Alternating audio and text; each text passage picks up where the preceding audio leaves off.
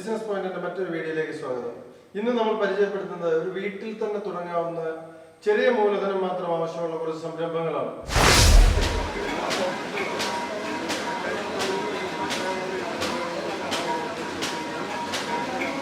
Carry ബാഗിന്റെ യൂണിറ്റുകൾ.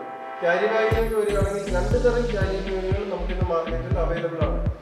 Premium കാറ്റഗറിയിലും economical കാറ്റഗറിയിലും ഉള്ള carry ബാഗുകൾ നമുക്ക് മാർക്കറ്റിൽ അവൈലബിൾ ആണ്.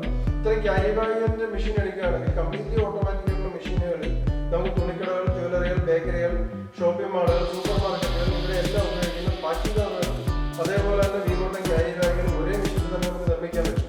ഏകദേശം 40,000 മുതൽ 60,000 വരെ കവറുകളുടെ പ്രൊഡക്ടിവിറ്റി ഉള്ള മെഷീൻസാണ് ഇത്തരം മെഷീനുകൾ.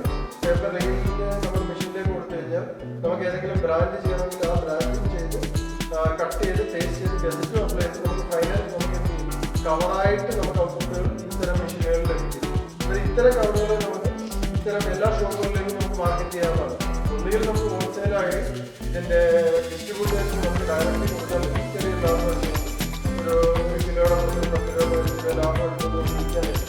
നല്ല ഏകദേശം 50-55 രൂപ നമുക്ക് പീസ് റേറ്റിലായിരിക്കും ഇത്തരം പ്രോഡക്റ്റുകൾ വിൽക്കപ്പെടുന്നത്.